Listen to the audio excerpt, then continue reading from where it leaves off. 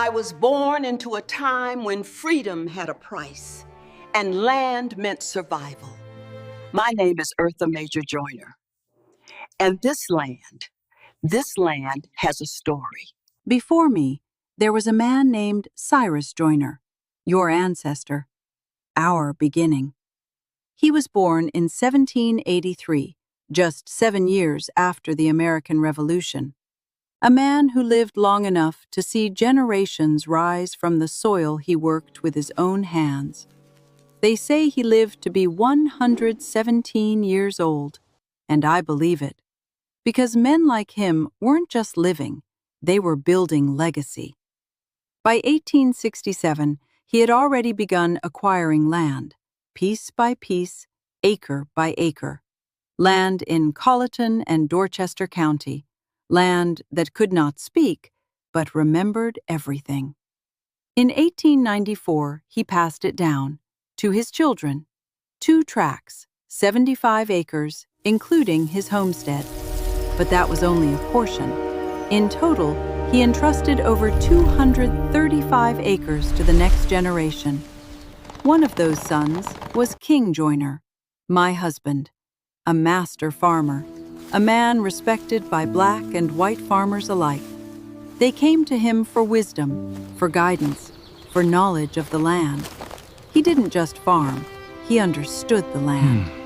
And he built something more, a general store, a place of provision, a pillar in the community.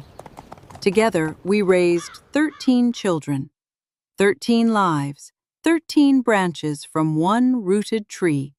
And through it all, we built something sacred. By the time my husband passed in 1926, we had grown that legacy to 320 acres. But listen closely, because this is where the story changes. A man named George Reeves came forward, claiming debts. Loans, he said, were never repaid.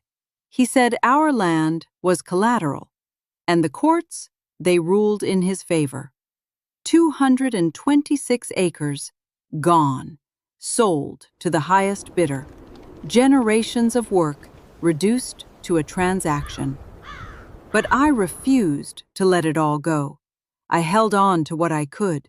122 acres, our homestead. But even that came with a cost. $1,700, 8% interest, 5 years. That was the price to keep our legacy alive, and I paid it.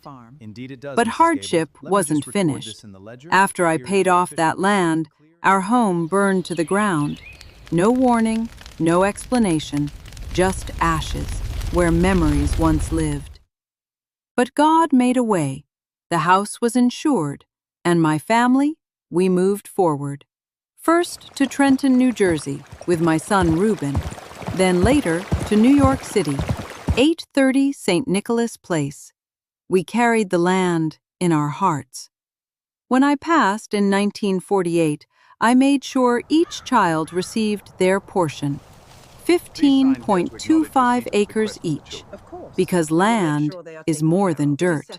It is identity, it is power, it is freedom. But hear me now, what happened to us must not happen again. We lost land once, not because we were weak, but because the system was not built for us to keep it. This land was fought for, worked for, paid for, protected, and now it is your responsibility. Do not let history repeat itself. Protect it, preserve it, prosper from it, and pass it on, so the next generation will know who they are and where they come from. Because this land still remembers, and now so do you.